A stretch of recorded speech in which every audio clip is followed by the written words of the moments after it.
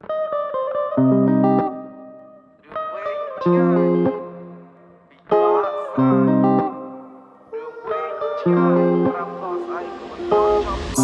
មានគំរូអាក្រក់ឲ្យនឹងប្រវត្តិឲ្យអ្នកស្ដាប់ហើយចែកពីបេះដូងដែលលេជារឿងសម្ងាត់ហើយលើប្រាប់ឲ្យអ្នកស្ដាប់វាលេជារឿងសម្ងាត់ហើយលើស្ងាត់បើចង់ស្ដាប់សម្បើចិត្តមកស្ដាប់ខ្ញុំលើកឧទាហរណ៍មួយ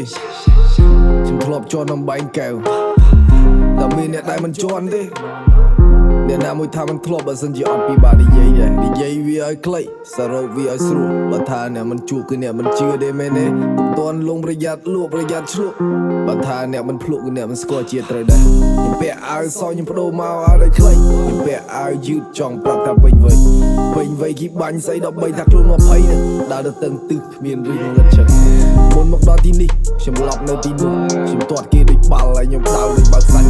ពួកម៉ាក់ទាំងអស់សុទ្ធតែស្មោះសុទ្ធតែបដូរផ្ដាច់រាប់គ្នាជាសាច់ចៃមិនដាច់កាច់មិនបាក់ឥឡូវក៏នៅតែរាប់ប៉ុន្តែមិនជាប់ដូចពីក្មេងមិនមានពេលទំនេរផឹកទឹកតែមើលប្រចាំសម្រាប់ខ្ញុំឈ្មោះផាឈ្មោះរិតឈ្មោះរងក្លប់ខ្ញុំវិញអារ៉ូស្រជាងគេគឺអារ៉ាបាយ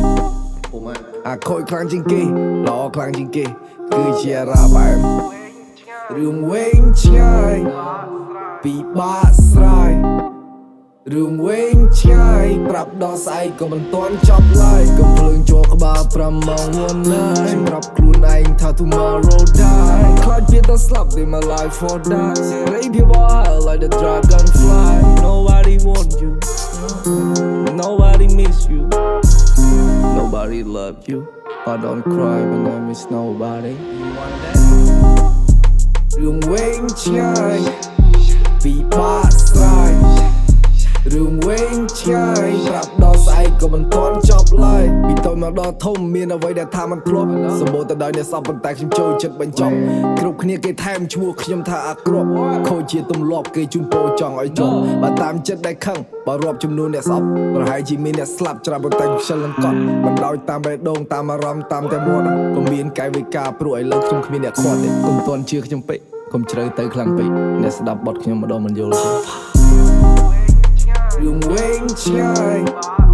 ពីបាក់ស្រាយ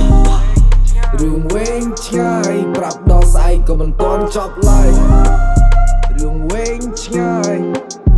ពីបាក់